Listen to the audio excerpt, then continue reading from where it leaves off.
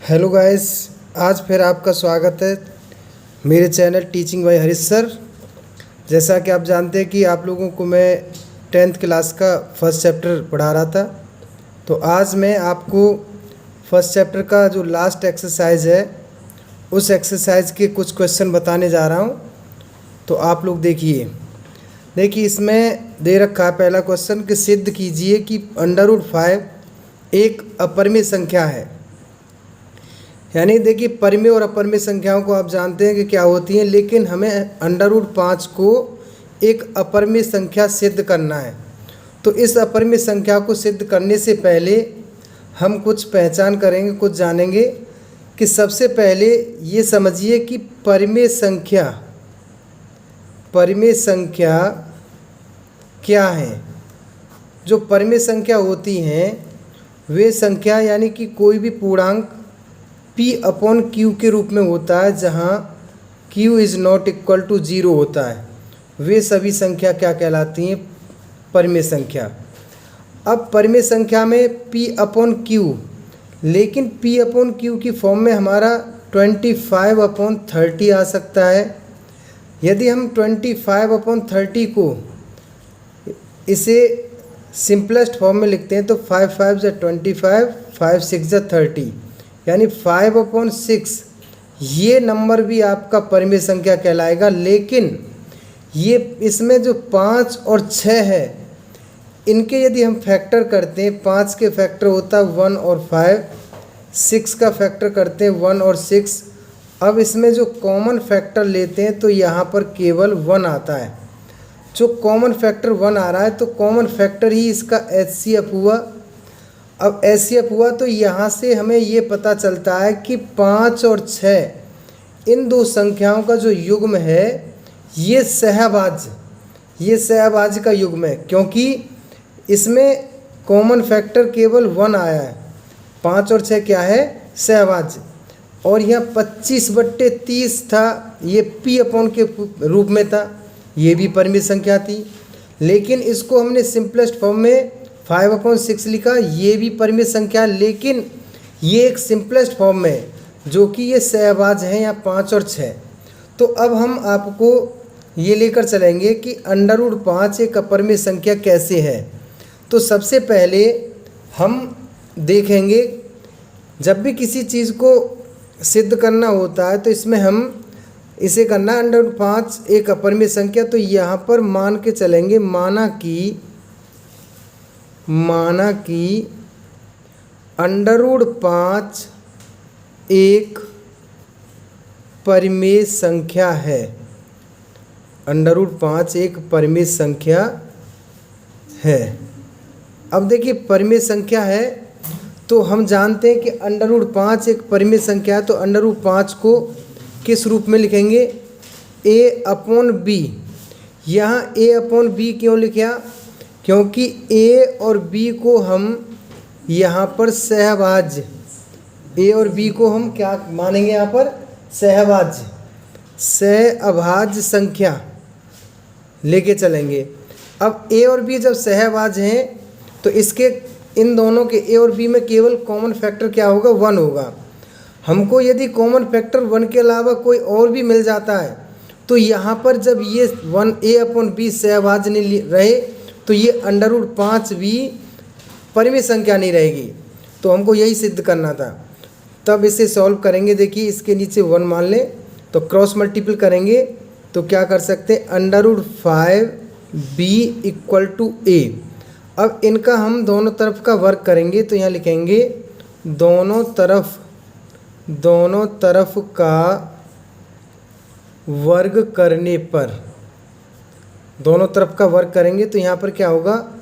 √5B का स्क्वायर और A का स्क्वायर, रूट से रूट हट गया, स्क्वायर से रूट हट गया, तो यह 5B² बराबर A² और B² बराबर A²/5। अब यहाँ पर देखिए क्या लिखेंगे, हमको क्या पता चल रहा है कि यहाँ पर जो A² है, A² को 5 विभाजित करता है। यहाँ लिखेंगे चूँकि 5 A² को विभाजित विभाजित कर रहा है। इस अतः 5a को भी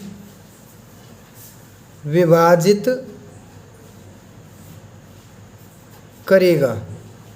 जब a को विभाजित करेगा तो हम यहाँ पर क्या लिख सकते हैं।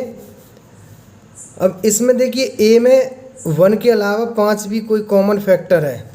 अब यहाँ पर क्या करेंगे, इसको फर्स्ट इक्वेशन मान लें। अब यहाँ लिखेंगे लेट a बराबर 5c put in first equation.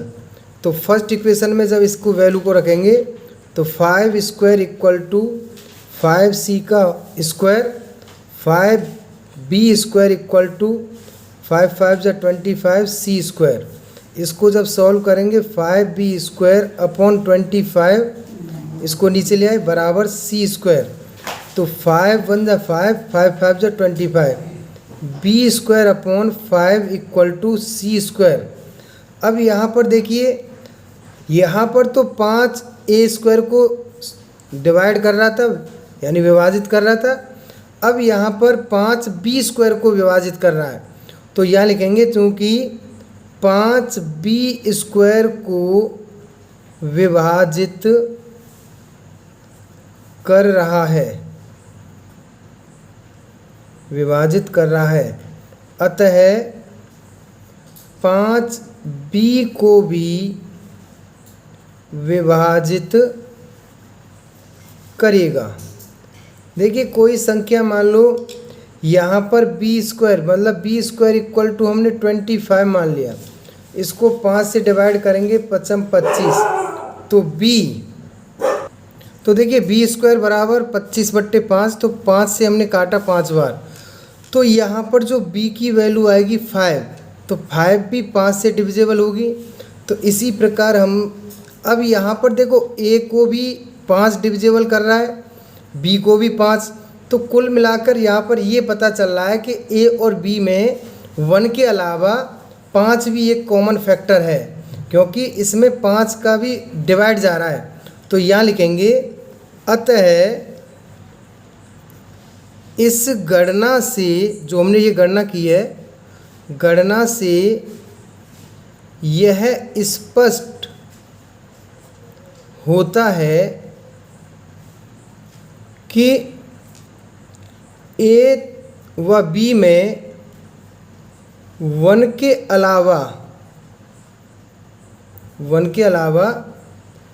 5 भी कॉमन फैक्टर है। अतः a और b सहअभाज्य नहीं है। जब सहअभाज्य नहीं है तब यह इस नियम का, किस नियम का, जो हमने यहाँ पे मान के चले थे a/b √5 के बराबर, मतलब परिमेय संख्या। अतः ये इस नियम का विरोधाभास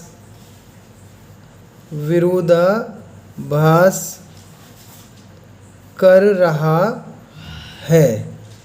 जब a और b सहअभाज्य नहीं है और इसका विरोधाभास कर रहा है, तब √5 भी परिमेय संख्या ना होके अपरिमेय संख्या है। 5 भी अपरिमेय संख्या है।